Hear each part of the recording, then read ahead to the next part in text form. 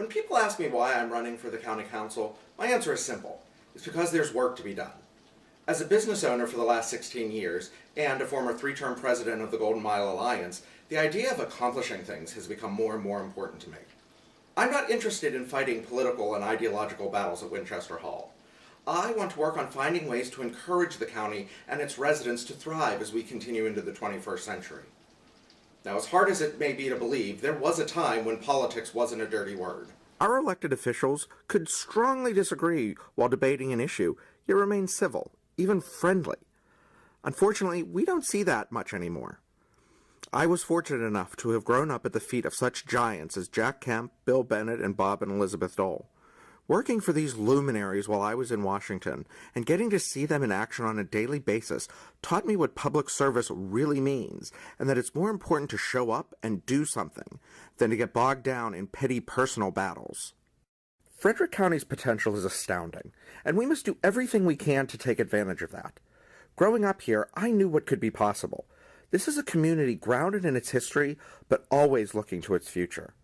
That's why this election is about leadership, and the direction Frederick County will take over the next 4 years. We need to elect council members with proven track records of leadership, especially when it comes to the fact that Frederick County's annual budget is over $600 million. Now, a government cannot be run like a business, even though many say it should, and most of those people are in my own party. But as a businessman, I can say that some of the same principles used to run a successful company can be applied to government.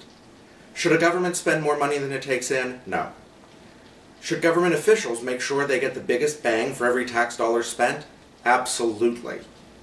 Now, in the perfect world, there would be enough money to fund every organization, agency, department, and service at or above 100%. Sadly, the budget doesn't usually allow for this. So, it's up to county leaders to make the difficult choices and determine where each dollar is best spent, regardless of popular opinion. In 2015, Governor Larry Hogan declared that Maryland was open for business. Frederick County should be following suit. We need to give the Office of Economic Development the tools they need to promote investment in the county. We need innovative and aggressive economic development policies to bring new businesses into the county, while at the same time looking for ways to support the businesses that are already here and have helped to make Frederick what it is today. When it comes to future growth within the county and how that is handled, the right kind of leadership is going to be crucial over the next few years. Frederick is growing, and it's going to continue to grow. That being said, we must be prepared and plan for this development so everyone has a chance to benefit. Having the supporting infrastructure in place is key. Our roads must be able to support increased traffic, our schools must be able to handle more students, and our public services must be able to provide the highest level of service possible. We cannot simply allow growth for growth's sake. There's no way to know what all of the issues will be that come up in the next few years. But the promise I can make is that whatever they are, I will approach each with an open mind and always look for the answer that will benefit Frederick County as a whole. I might not always make the popular decision, but I will not take any vote I cast lightly. Sometimes that's going to mean disagreeing with the county executive.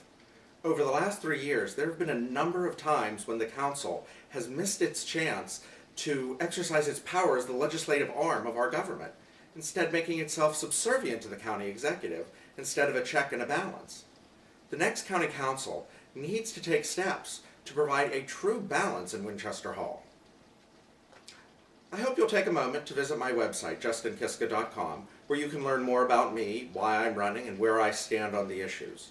And then I would ask for your vote for one of the 2 at-large seats on the Frederick County Council. Every single vote is going to count in this election, so I hope I can count on yours.